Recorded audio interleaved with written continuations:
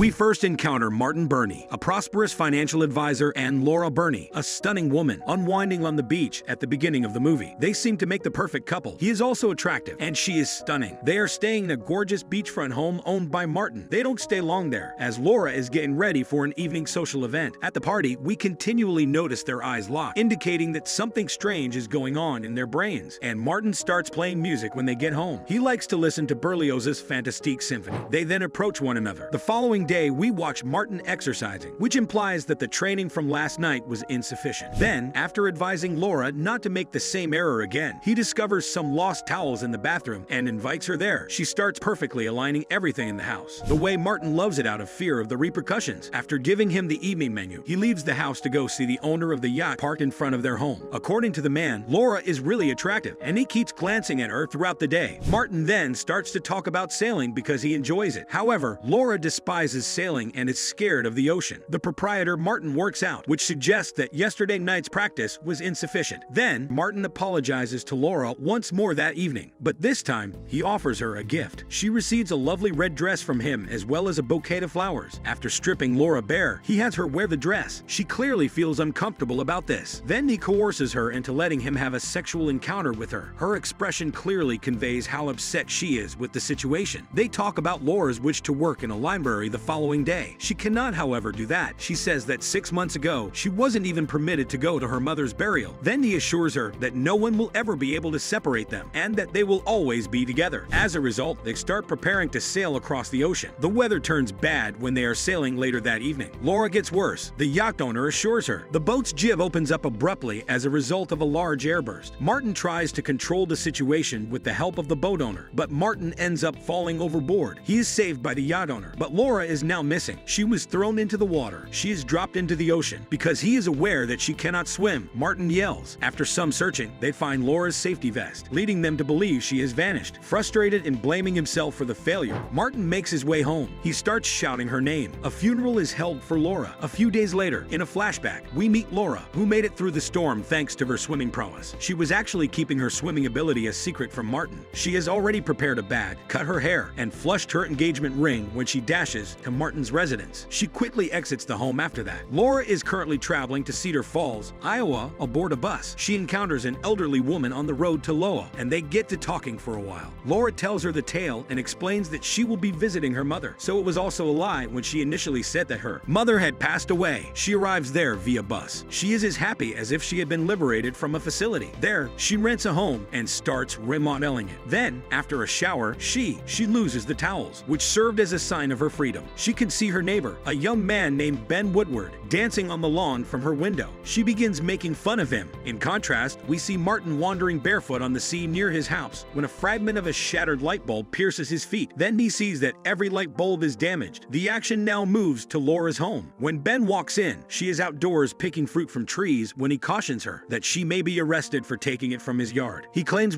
I don't make deals. She responds when I say, make a deal, by the way. Later, we see Ben go back to her and express regret for his remarks. He goes on to introduce himself and say that he teaches drama at a neighboring college. We can see that Martin is now at work when the YWCA, a charity for women, calls him. When the caller mentions Laura and offers her sympathies, Martin is taken aback, since he believes Laura has never visited the YWCA. The woman reveals that she practiced swimming here every morning and developed into a highly skilled swimmer. Martin loses control at hearing that and runs back to the house. He starts looking around in her room there for any hints, and then his hand suddenly gets cut. He walks to the bathroom to clean his wound when he discovers the ring she had earlier thrown away in the toilet. When he takes the ring off, he thinks Laura is still alive. Here, Laura is delivering the apple pie she made from Ben's apples to his home. She instructs her to avoid playing burlesque music while having dinner because it makes her think about Martin. Ben appreciates Laura's employment search. If she wants, he claims he can find her a job. However, she refutes it. She introduces herself as Sarah Waters. While having dinner, Ben notices a wound on her head and assumes how much more terrible her formerly was. The following day, Martin starts looking into Laura. He goes to Laura's mother's old residence, a retirement community. After a quick exchange, it is learned that Laura removed her mother from the nursing home 6 months earlier. As the scene changes, we see Laura securing employment at the library with Ben's help. Ben thinks Sarah isn't really her real name and requests her true name. He realizes this since Sarah doesn't have any immediate effects when he shouts her name. He confesses his love to her, but she rejects him, leaving him heartbroken. Martin, on the other hand, employs a private eye and provides him with a certain sum of money if he can find Laura. When the town is celebrating Independence Day, a few days later, Ben spots Laura and approaches her. She says it's okay in response to his apology for his behavior. We get along well. They start discussing their personal lives. After some time, Laura says she misses her mother and hasn't seen her in 6 months. Then Martin appears, standing next to Chloe, Laura's mother, who is actually a blind woman residing in a nursing home. Martin used his covert means to locate her. In the evening, Ben knocks on Laura's door and invites her to a private place. She is brought on stage by him, suggests to her he dedicates a song to her. They begin dancing together and are clearly in love. They both go home after this and start kissing. Ben is about to kiss Laura when Laura rejects him and pushes him away. Ben is sitting dejected the following morning after receiving numerous rejections. When Laura approaches him, she tells him about her abusive ex-husband and how she had to flee him because of it. He gives her the reassurance that nothing will go wrong. Later, he is shown assisting Laura in dressing as a man. She then visits her blind mother at the nursing home. She begins singing a children's song that her mother has taught her as she gets closer to her. When she was young, used to sing for her. She then informs her about Ben and lets her know that she left Martin. She is protected from further harm by her mother, who makes sure she maintains her fortitude. Martin is inquiring about Laura in this nursing home while he is there. Then he gets ready to go. However, the lady phones him and informs him about the visitation Chloe received today. He frantically searches everywhere for her, but no one is there anymore. We can now see Martin. He approaches Chloe and poses as a detective. Martin is in the area. He informs her, and he is aware Laura is still alive. He wants to know where Laura is. Chloe doesn't know where to find Laura, but tells him concerning the college where Ben works. A nurse stops Martin from killing her severely, and he turns around and leaves. He visits Ben's college the very following day and degrades a professor there. But after realizing that he is not Ben, he releases him. Following that, we witness Martin watching Ben as he instructs his college pupils. Martin stays close behind Ben and Laura as they visit an amusement park. Together later that evening, he observes them kissing and smiling together. By now, you can infer that a husband has beaten his wife severely simply from observing her. What will he do now to his wife, knowing that a stranger is kissing his wife who fabricated her own demise? When Laura and Ben go home at night, she is taking a bath and notices that the towels are neatly arranged. She abruptly exits the bathtub and scans the house with concern. When she looks around the home, she notices that the kitchen towels are likewise straight. She then proceeds to open the kitchen cabinet and is relieved to see that it is disorganized. She turns to go and sees a window open. Ben is seen entering the home through this. She really is terrified. They both have dinner on their lawn in front of the house. Before leaving, he gives her a kiss. She comes inside and starts the music player. Martin's favorite music, however, is now automatically playing. This surprises her. The fire alarm then sounds as she realizes that one of the wardrobe doors is open. Instead of disabling the fire alarm, she activates it. She then goes into the kitchen, where Martin has everything set up exactly how he likes it. She starts to sob. Martin shows up and forces a kiss on her after she realizes her worst fears have come true. To remind her of the time to meet tomorrow, Ben knocks on the door. After slamming the door, Ben strikes Martin. He is struck in the head by Martin, who overwhelms him, and he falls to the ground in agony. Martin then displays their wedding band to Laura. Martin receives a blow to the testicles from Laura, who is then able to seize his revolver and restrain him. Gunpoint. Martin asserts that he loves her and that the police will definitely apprehend her if she murders him. While Martin is holding a gun to her head, she phones the police, tells them she shot an intruder, and fires Martin. She shoots him 3 times, and he hits the ground. She then goes over to see whether Martin is still alive, but when he does, he transforms into the Grim Reaper and makes another attempt to shoot her, but this time, the gun is empty. Blood loss causes Martin to pass away. Laura hurries over to Ben. While they wait for the cops, they embrace one another tenderly. Here, the movie ends. This is where the movie ends. By the way, thanks for sticking with me to the end, and sorry for failing to disclose the film's title. And if you enjoy the recap, please like the video, subscribe to my channel, and click the bell icon to never miss an update. Take care. Goodbye.